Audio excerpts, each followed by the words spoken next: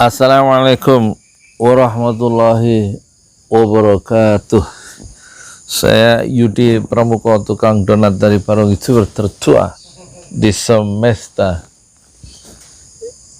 Ini ada berita penting yang lanjutan kemarin ya, soal RAD-PE, rencana aksi nasional pemberantasan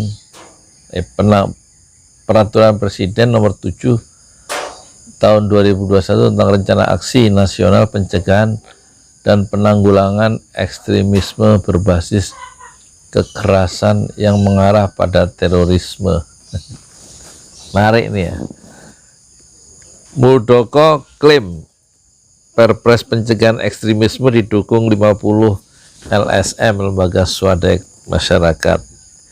Ini beritanya di tempo.co.id ya. Reporternya Dewi Nurita, editornya Amirullah. Amirullah apa Amirullah? Tulisannya Amirullah, bacanya Amirullah bukan. Rabu 20 Januari 2021, jamnya jam 21.43 ya, jam 10 malam waktu Indonesia bagian Barat ya. Kita bacakan tempo.co Jakarta ya. Kepala Staf Kepresidenan Muldoko menyebut peraturan Presiden Perpres nomor 7 tahun 2021 tentang rencana aksi nasional pencegahan dan penanggulangan ekstremisme berbasis kekerasan yang mengarah pada terorisme, bahasanya itu, tahun 2020 sampai 2024 dalam kurung RANPE semestinya didukung oleh seluruh elemen masyarakat ya. Sebab Perpres pencegahan ekstremisme ini di-endorse oleh kurang lebih 50 ya, oleh kurang lebih 50 lembaga, mana ini, oleh swadaya masyarakat atau civil society organization, bahasa Inggrisnya CSO, salah satunya Wahid Foundation. Nah ini sekarang kutipan langsungnya ya. Jadi sebenarnya keberhasilan Perpres ini menjadi keberhasilan dari CSO, LSM maksudnya CSO tuh segaya ya. Diantaranya Wahid Foundation mengatakan sangat clear bahwa ini perjuangan sangat panjang dan sangat mengapresiasi atas lahirnya Perpres ini, ujar Muldoko di kantornya Rabu 20 Januari. Dia sejak awal sudah khawatir ya, harusnya didukung oleh semua. Dia sadar berarti ada yang nggak mendukung, salah satunya imparsial merespon Perpres ini, yaitu Perpres rencana aksi nasional penanggulangan ekstremisme ini punya potensi untuk menciptakan konflik horizontal ya. Masyarakat nanti bisa saling berantem kira-kira begitu gara-gara Perpres ini ya. Menurut imparsial ya, beda tentu dengan Wahid Foundation ya. Mana deh kok kamu tuntun motor?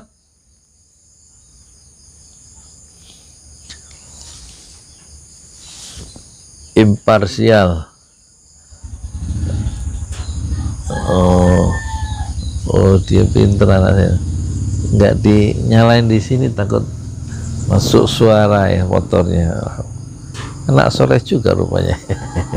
Ada rasa dia, bapaknya lagi rekaman. Jadi Muldoko ini kelihatan sejak awal tanpa ada rasa khawatir ya kalau Perpres ini tidak didukung oleh semua komponen masyarakat. Ya memang nggak semua ya.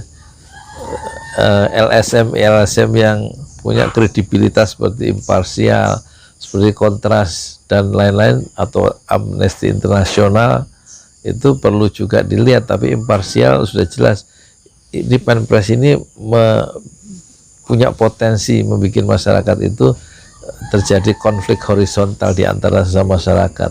Dan itu bukan berarti kehangatan warga negara yang terjadi ya. Rocky Gerung juga begitu mengatakan, yang sebaliknya. Ada sikap-sikap kritis dari kaum intelektual merdeka, itu biasa kalau Wahid Foundation ya sejak awal ya sudah fleksibel dia. Apa maunya pemerintah, ya justru pemerintah mungkin mengadopsi hasil survei atau pikiran-pikiran dari Wahid Foundation ya sebagai basis intelektualnya, kira-kira begitu ya. Salah satunya kira-kira Wahid Foundation. Dan dia juga nggak sebutkan 50 LSM yang mendukung itu siapa saja ya. Jangan-jangan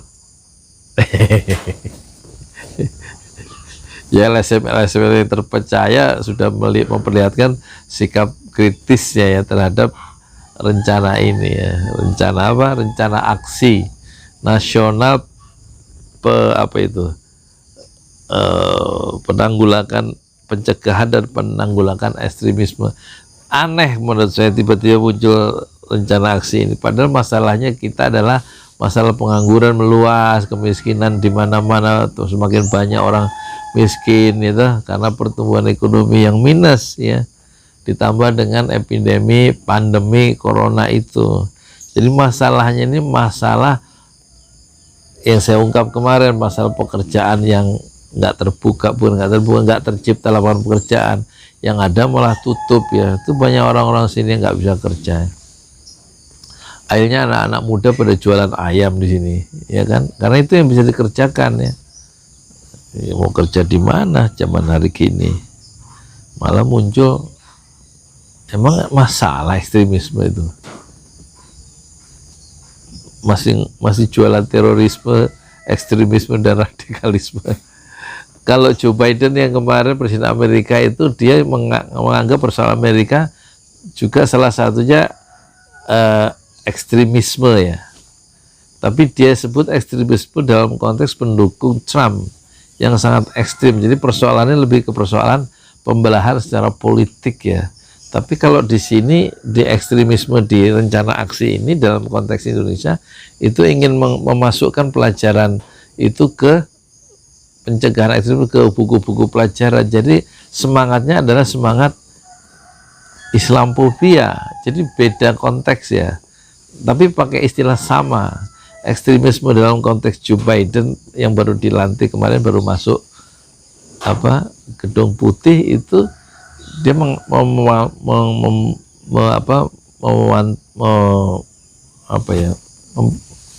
mewanti-wanti begitu, mewaspadai adanya ekstremisme dari pendukung Trump ya. Itu yang di ini. Makanya dalam hari kemarin itu terjadi siaga 1 kira-kira di seluruh kota dalam yang mengarah ke Capitol Hill ya, karena khawatir dari pembalasan yang sangat ekstrim dari kubu Trump begitu. Tapi kalau kasusnya di Indonesia, yang akan disasar ekstremisme selama 4 tahun ini adalah orang-orang yang dianggap mempunyai sikap pemahaman yang ekstrim ya. Makanya harus lewat buku-buku, lewat kurikulum, lewat pelatihan penceramah dan lain-lain sebagaimana sudah dijelaskan kemarin. Jadi kesannya memang ini ada paradigmanya berbeda. Paradigma itu pandangnya berbeda. Kalau di Amerika itu persoalan politik ya, persoalan persaingan politik yang tajam antara Demokrat dan Republik kira-kira, dan terbelah pada pendukung-pendukungnya yang ekstrim, khususnya sikap Trump sendiri yang agak kayak koboi gitu waktu jadi presiden dan menebarkan kebencian di mana-mana kan, termasuk pendukung-pendukungnya. Tetapi ekstremisme dalam konteks kita Indonesia itu bukanlah satu persoalan yang utama ya dalam konteks periode kedua Pak Jokowi. Masalahnya ekonomi sebenarnya. Kenapa harus ekstremisme dan terorisme kan udah nggak ada, masih mengarah ke ya dibuat-buat aja sih sebenarnya. Itu dirancang katanya dari 2017. Jadi konteksnya sih sebenarnya bukan berbeda ya. Jadi kayaknya sih jangan mengalihkan perhatian gitu loh maksudnya. masalah kita itu bukan itu, bukan apa, mana tuh hilang jadinya kan. Ini kan ya udah, intinya begitu ya. Ya kalau nggak didukung oleh masyarakat gagasan itu ya saya kira sih wajar aja. Ini saya hilang, lupa di mana tempo.com, nyarinya susah nih Tempo. Oh ini nih, katanya didukung 50 LSM ya. Ya kalau nggak didukung sebenarnya LSM yang lebih punya kredibilitas kalau nggak mendukung atau memiliki ruang-ruang untuk mempercakapkan, mempersoalkan peraturan Presiden nomor 7 tahun 2021 juga harus dilihat kenapa mereka bisa bersuara seperti itu. Nah kalau Wahid Foundation itu kan cuma satu-satunya yang disebut sebenarnya oleh Muldoko. Ya lain lah ya kualitas dari apa Yeni Wahid dengan Gus Dur, beda ya, beda ya, pikiran-pikirannya itu kan beda. Ya begitu aja, ngomong apa nggak jelas. Yes, pokoknya supaya ada konten gitulah pertama hari ini, pagi-pagi ini. Jam berapa ini? Jam 6:07 ya. Ya jadi sebaiknya pemerintah lebih fokus ya, lebih fokus untuk mengatasi kemiskinan bangsanya selama 4 tahun ya.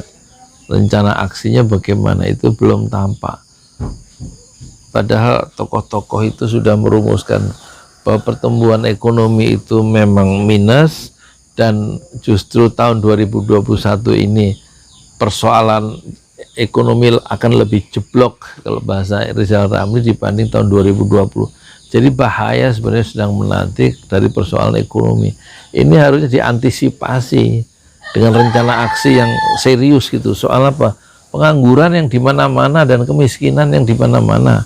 Karena banyak pabrik-pabrik tutup, banyak unit-unit bisnis yang tidak bekerja ya. Karena persoalan pandemi secara internasional. Mungkin perlu satu ini. Baru perlu satu rencana aksi yang nomor 8 lah, rencana aksi nasional pencegahan dan penanggulangan kemiskinan dan pengangguran selama 4 tahun. Itu yang saya usulkan kemarin di video yang saya coba mengambil model apa pencegahan dan penanggulangan dengan gaya peraih hadiah Nobel dari Bangladesh, yaitu Dr. Muhammad Yunus ya, Dr. Muhammad Yunus, dan sudah saya ungkap di video sebelumnya. Silakan lihat video sebelumnya ya. Saya di Pramuka Tukang Donat dari Parung itu tertuah di semesta. Poinnya adalah membiayai, memberdayakan anak-anak muda wirausaha, bukan dengan cara ini ya. Ya ada bantuan-bantuan yang 2 juta, tapi kan hanya itu aja, beberapa nggak masif gitu. Saya kira RT RW harus punya peta kemiskinan di RT masing-masing kan gitu, dan itu harus ada rencana aksi dari kepala desa. Kalau memang kepala desa itu menjadi bagian ya dari pemerintahan gitu, karena desa lebih tahu ininya apa peta kemiskinan. Seperti di sini di RT sini ada 120 kakak, berapa anak muda yang nggak kerja kan bisa dihitung sama RT, sama RT lah. Berapa yang belum menikah, berapa yang kehilangan pekerjaan, ya kan? Kan bisa dihitung per RT. Jadi ada peta dakwah atau peta kemiskinan dan pengangguran itu di RT masing-masing ya. Di 74.000 desa itu. Di sini satu desa ada 34 RT kan ya, kalau nggak salah 6 RW. Nah itu kan harus dibikin petanya, peta kemiskinannya itu. Bisa nggak itu dikeluarkan penpresnya itu sampai ke desa, sampai aplikasinya ke desa. Jadi rencana aksi nasional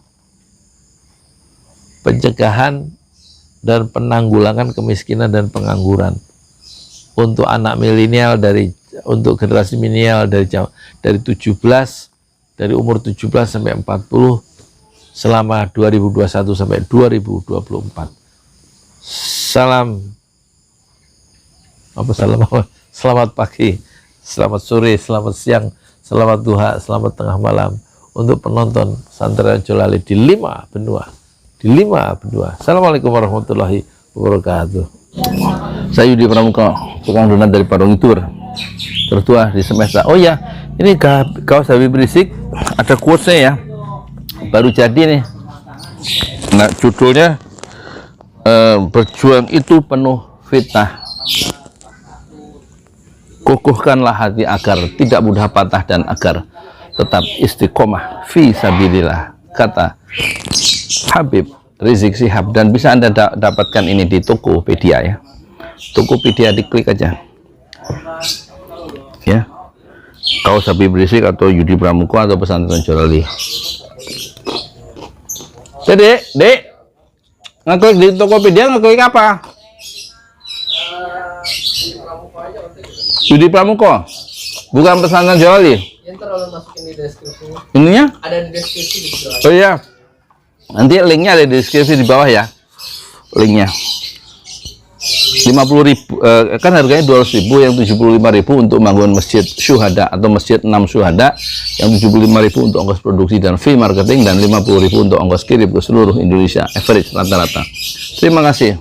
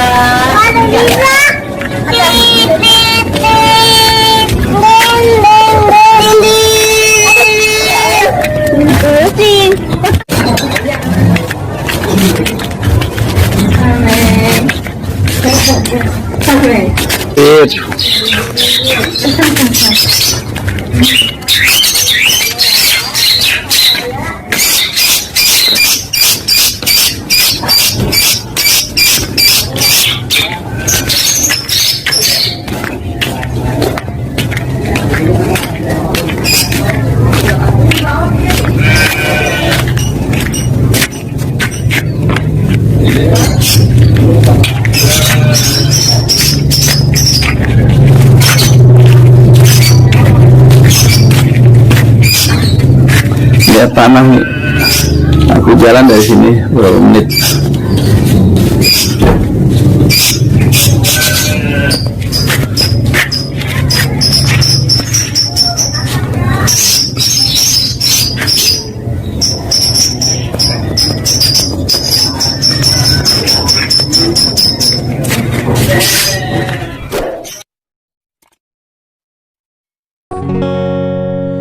Demi nambah cinta telah ku persembahkan hatiku hanya untukmu.